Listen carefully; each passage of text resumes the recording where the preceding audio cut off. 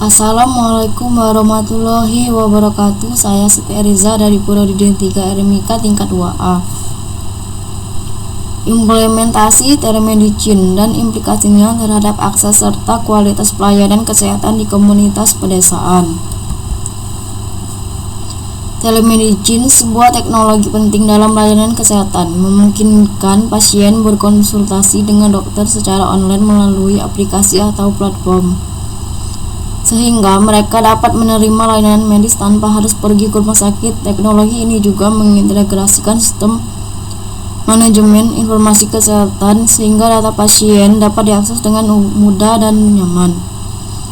Telemedicine juga memberikan keleluasaan bagi pasien untuk menerima layanan kesehatan sesuai kebutuhan dan rekomendasi dokter.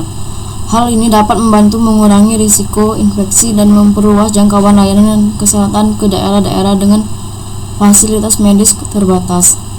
Istilah telemedis berasal dari tahun 1970-an dan kini dikenal sebagai komponen utama layanan kesehatan yang memanfaatkan teknologi informasi dan komunikasi untuk pengumpulan data yang valid dan tepat waktu.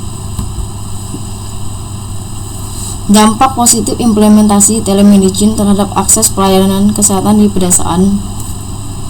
Telemedicine dalam layanan kesehatan mengurangi pemeriksaan fisik dengan menggunakan teknologi digital, sehingga mengurangi risiko bagi pasien, penyedia layanan kesehatan, dan masyarakat. Hal ini memungkinkan masyarakat mengakses layanan kesehatan tanpa harus menunggu dokter atau mengunjungi rumah sakit. Telemedicine di Indonesia, khususnya di daerah terpencil, sudah menjadi sebuah kebutuhan. Hal ini memungkinkan dokter untuk memberikan layanan kesehatan yang lebih baik tanpa mempengaruhi lokasi pasien. Kemudahan penggunaan telemedicine juga mempengaruhi kemauan masyarakat untuk menggunakannya. Dampak negatif implementasi telemedicine terhadap akses pelayanan kesehatan di pedesaan.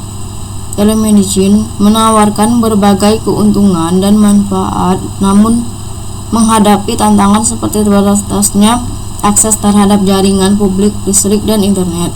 Infrastruktur masih belum mencukupi di semua bidang dan diperlukan peningkatan infrastruktur untuk mendukung telemedis. Tantangan teknisnya mencakup dampak pengalaman pasien terhadap teknologi telemedis yang memerlukan keterlibatan pasien untuk memastikan telemedis dapat digunakan secara efektif. Diperlukan pengetahuan dan pedulian sosial yang penting untuk menciptakan modalitas sosial dan menumbuhkan kepercayaan antara pasien dan profesional kesehatan. Telemedis juga kurang integrasi dengan praktik pelayanan kesehatan rutin. Hal ini sebagian besar disebabkan oleh kurangnya dukungan profesional dan perawatan pasien. Manfaat bagi masyarakat dan tenaga medis. Telehealth dapat diakses oleh berbagai pihak dalam sistem layanan kesehatan, termasuk klinis, peneliti, staf laboratorium, dan dokter yang semuanya dapat berkolaborasi secara bersamaan. Kedua, telehealth memudahkan pemberian layanan kepada pasien yang memiliki keterbatasan seperti usia lanjut, keterlambatan budaya, atau yang berada di wilayah geografis terpencil, serta mengurangi kebutuhan akan waktu dan biaya transportasi.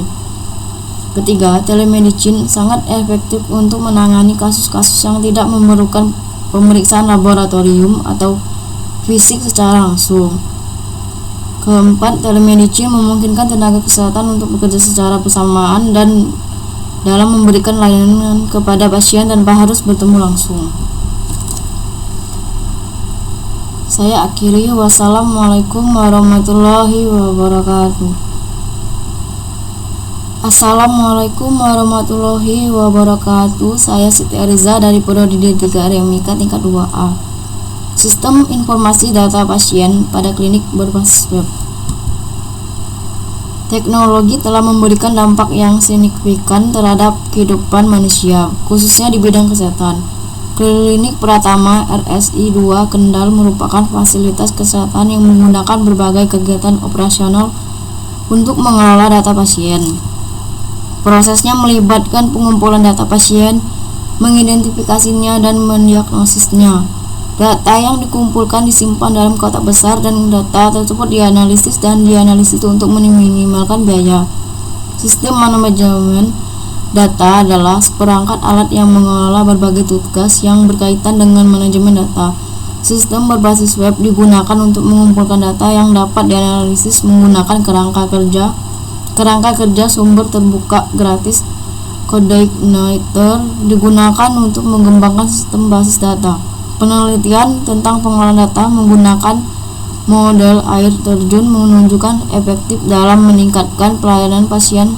Studi ini juga menyoroti pentingnya penggunaan model air terjun dalam pengembangan layanan kesehatan.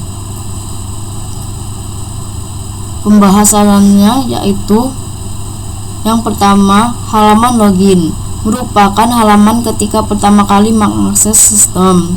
Kedua, halaman dashboardnya. Admin terdapat menu data pasien, data dokter, jadwal dokter, jenis berobat. Halaman yang ketiga, pasien menampilkan data pasien dan juga sekaligus dapat melihat data yang sudah berhasil diinputkan ke sistem dan juga bisa melakukan aksi edit data, hapus data. Yang keempat, halaman dokter berfungsi untuk menampilkan dan menambahkan data dokter, edit data, dan juga hapus data. Kelima, halaman form data dokter berfungsi untuk menampilkan saat melakukan menambahkan data dokter. Keenam, halaman jenis berobat menampilkan data jenis berobat yang berisi semacam kategori pasien baru atau pasien lama. Ketujuh, halaman tambah jenis berobat menampilkan tambah data jenis berobat jika ingin menambahkan pilihan pada jenis berobat. Kedelapan, halaman jadwal dokter menampilkan jadwal dokter yang telah diinputkan di menu jadwal. Kemudian di sini juga ada manfaatnya. 1.